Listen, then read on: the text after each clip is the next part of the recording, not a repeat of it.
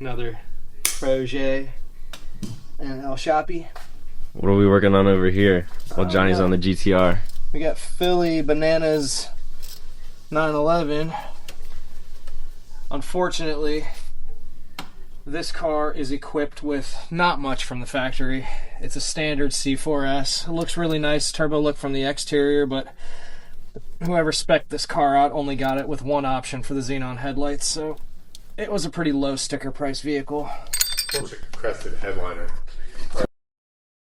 What do we call that package? That's the poverty package. What are we replacing? The starter's getting swapped out here today.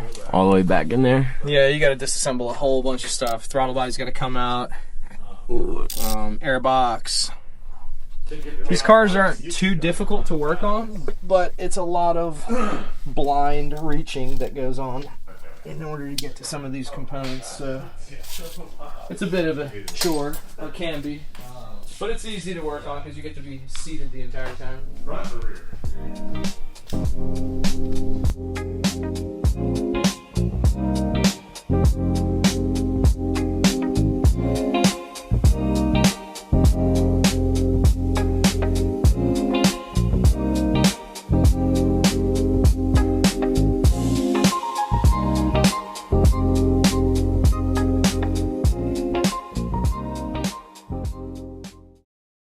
Operate and come out of her hiding hole. Alright, it's loose.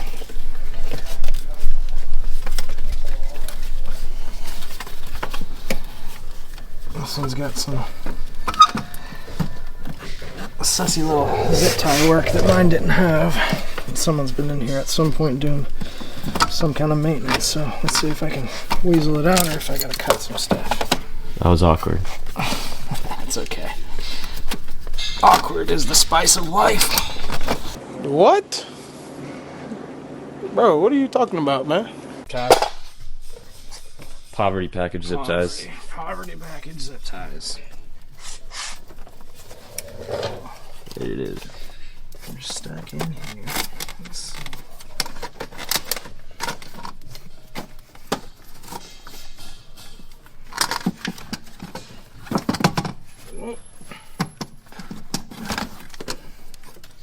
Alright, there she is.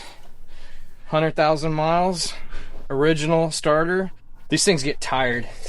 And anybody that drives any of these cars, 996s, 997s, you guys all know that, you know, if you're over 25, 30K, original battery, this thing heat soaks really bad. There's no direct airflow going to the engine as you drive. Obviously, everything's in the back. The radiators do get water cooling from the front of the vehicle, but as far as heat being able to like dissipate from the bay, everything in here is packaged really tight. So electrical components, they do heat soak.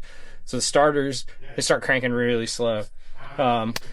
This particular guy, cold starts, not an issue.